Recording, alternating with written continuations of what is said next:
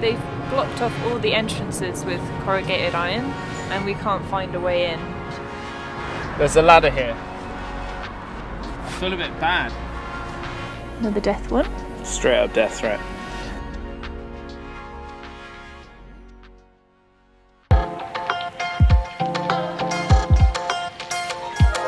Hi, I'm Tamsin. And I'm Joe.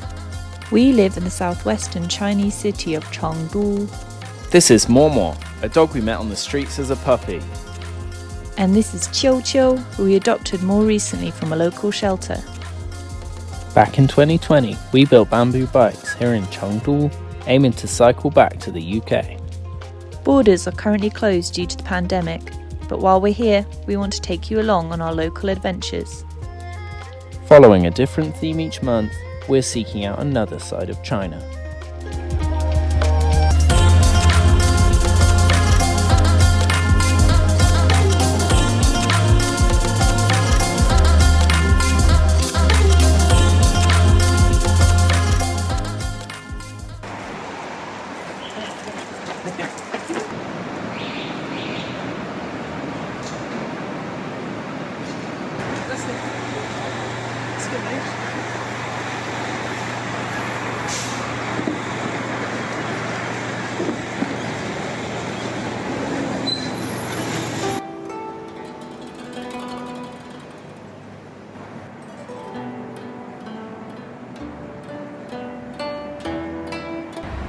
So we've lived here nearly 2 years, and this is the first time that we've noticed this small temple behind me. The name of this area is called Zhouli-di, which literally translates to 9-mile embankment, and it was named after a dike that was built in the 2nd century, and it was used to control the floodwaters, which allowed agriculture to flourish in this area.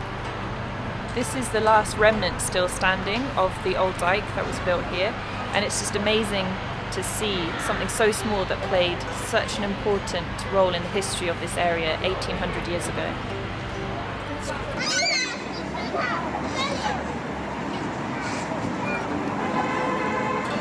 So this shrine here is memorializing Zhuge Liang, and it's thought by some that he had some involvement with building the Zhouli-di embankment.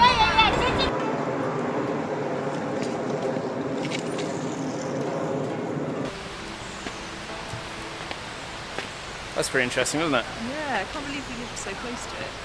Yeah, and I can't believe that the agriculture that it created was here until just 30 years ago. You really wouldn't believe it because it feels so urban.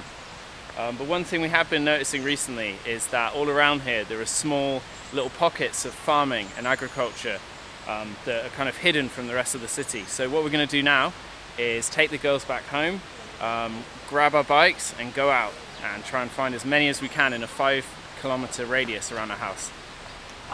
So give back the glove. Give back the glove. Come on. No. Straight drop it. Good girl. Good girl.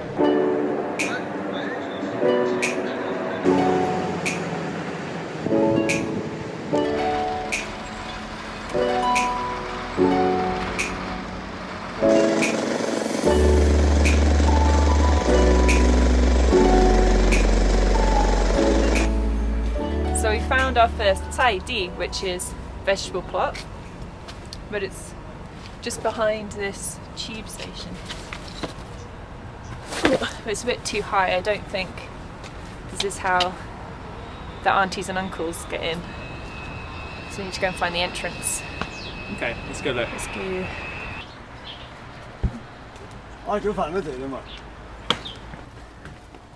Wow.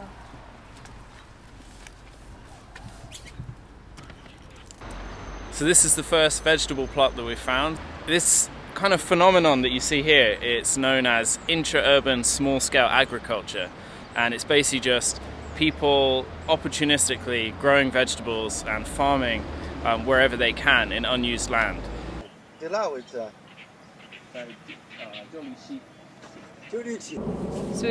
we don't understand all the grammar here, but we've basically got vegetables, if you eat the vegetables, hospital, and beat you to death. Grab you and beat Grab you and beat you to death.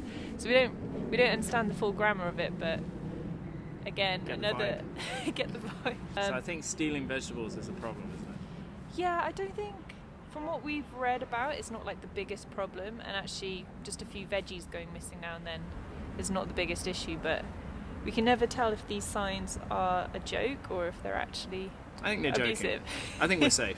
Yeah. Well, we're not stealing them anyway. No, just looking. These roads and this whole flyover and all this new infrastructure has just been built in the last few months, and it's often places like this where things are changing. There's a lot of construction where tidy vegetable patches start popping up everywhere.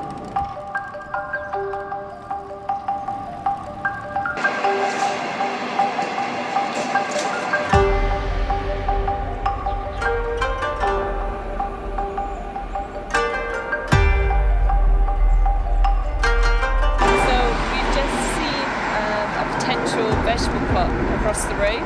It's behind a wall next to an abandoned building. This is usually where they are, so we're going to go check it out, see if it is one.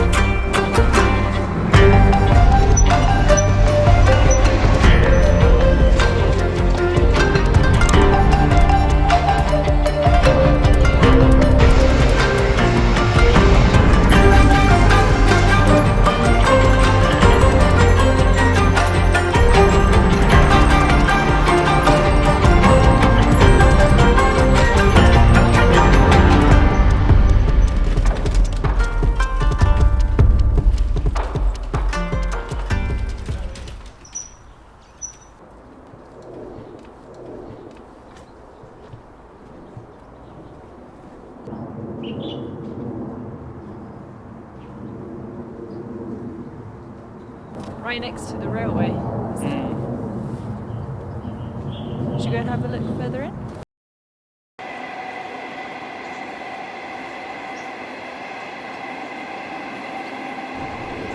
So these continue all the way into the far distance, following the railway. I think this is the biggest one we've been to.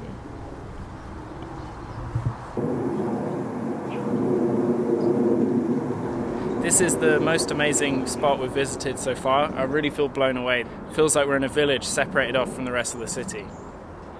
One thing we've noticed today is that there aren't many young people around, or any in fact, and this is in line with the literature that we've read, which says 95% of people doing this kind of agriculture in the city are between the age of 50 and 75.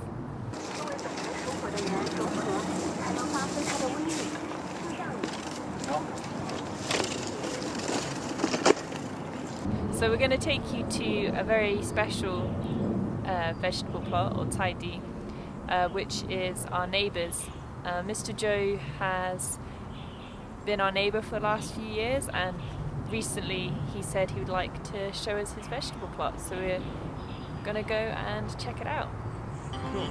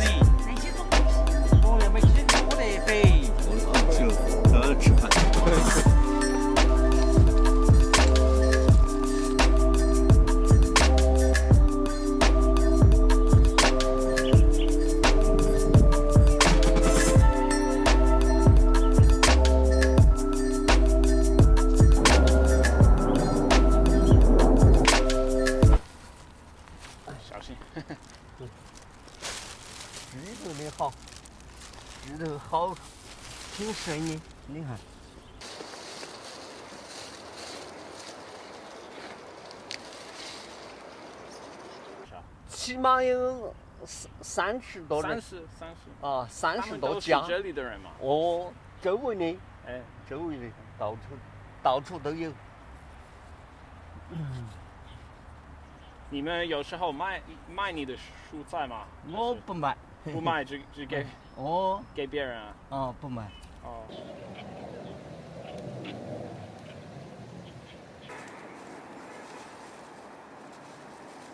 你已经给我很多。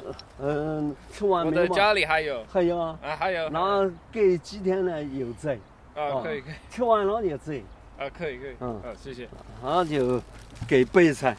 备菜啊。土壤泥得很，它没得沙，要有沙质，半沙半泥的才好。啊。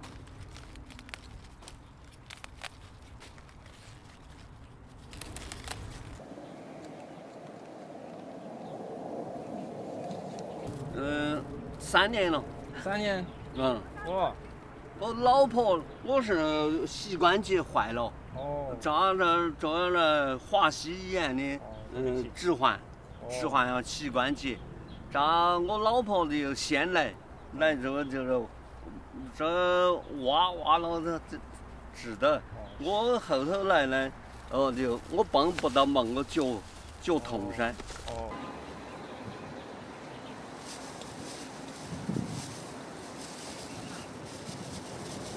One thing that struck us while looking around Mr. Zhou's plot was how resourceful he and his fellow gardeners were. Most of the structures were built from recycled materials, and each plot had its own system for creating compost and fertilizers. 洗衣、洗鸡、洗肉的血水。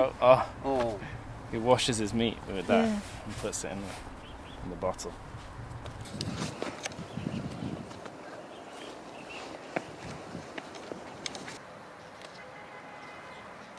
黄叶子也不要。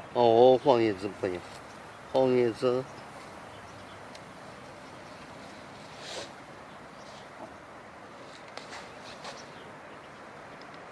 好，捆到哈。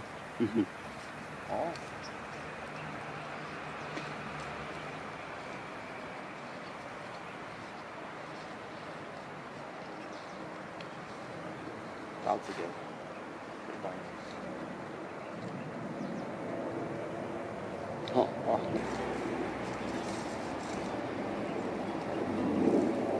Mr. Zhou has just left, and we've been reflecting on this experience of exploring these hidden spaces of urban agriculture. And there just seems to be so many benefits of using the land in this way. These communities of people, they are returning nutrients back into the soil, they're growing their own food, connecting with what they're growing, and also connecting with each other. And this is something we've really experienced having Mr. Zhou as our neighbour. He has regularly given us vegetables on multiple occasions, and this has really helped us feel more integrated into the community.